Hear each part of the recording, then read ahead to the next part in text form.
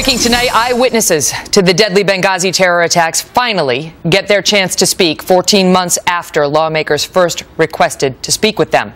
4 Americans died in Benghazi, Libya that night. Just this week, Congress getting the chance to interview 5 CIA eyewitnesses in closed-door sessions.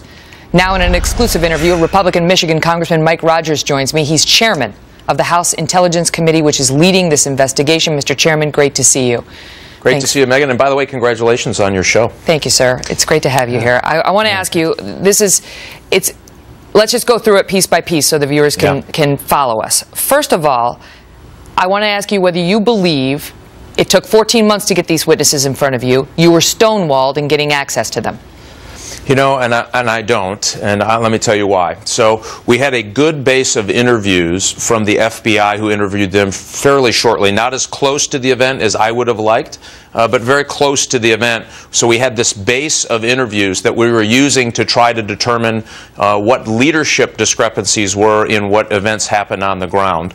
And at some point, it worked to the logical point where we needed to bring the actual on-the-ground witnesses in, even after they had already been interviewed by the FBI, so that we would have at least some base and some comparisons to see where the discrepancies were and where the investigation should go next. Okay. One of the big issues in this attack is whether the fighting that was going on there was constant or whether there was a lull in the fighting. The reason that's relevant is because the State Department did not send the counterterrorism team.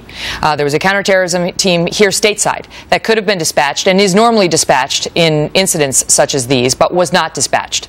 And one of the explanations we've been given from the administration for the decision not to send that team is, well, the attack, we kind of thought it was over. You know, it happened, it was done. And some have said that's not true. The fighting was ongoing. There was no good reason for them not to send that team.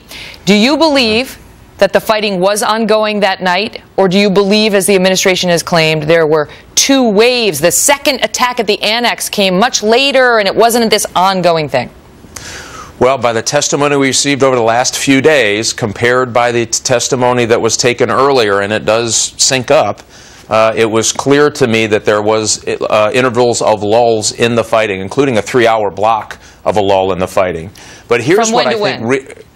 Well, the very last wave, about 2:30 to 5:30, that last wave that happened about 5:30, there was a lull in the fighting, and in between that. So, and remember, there was several different stages of this. One was at where the ambassador was. Compound started 9:30 the guys on the ground. Yeah, and by the way, the guys on the ground, heroes. These guys, we should all be taking our hats off, patting them on the back for huge courage to leave the annex, to go over and rescue those folks on the temporary mission facility. So that is beyond question. And just to refresh our viewers so they're with us, the original compound where the ambassador was attacked around sometime after 9:30, and the guys who were at the annex, CIA annex, came over to try to save him. They get there, he's missing, they can't find him, they get some people and they bring him back to the CIA annex, but at the time the ambassador was still missing. So you're talking about how the guys who went are heroes, and the first wave of attack took place at the compound. Go. Great. And second wave at the annex, but that happened about 45 minutes roughly after they got back. Then you have another lull in the fighting, and there was another attack, and then it appears that the mortar attack happened finally, and that was some hours later. Okay, but let me ask you this, because Congressman Nunes, I'm going to give you the floor in 1 second, but Congressman Nunes came on special report yesterday, and he suggested, because he's in the same hearings you are, there was no lull in the fighting, which would be worse for the administration given the story it's been telling us. Let's listen to him. Is that your impression now of what happened? That there were these 2 separate attacks with an hours-long lull in between? Well, there is conflicting testimony, and I will tell you this, that I believe the survivors. And the survivors tell you what? That it was more constant? I don't think it ever stopped. Why are you guys disagreeing?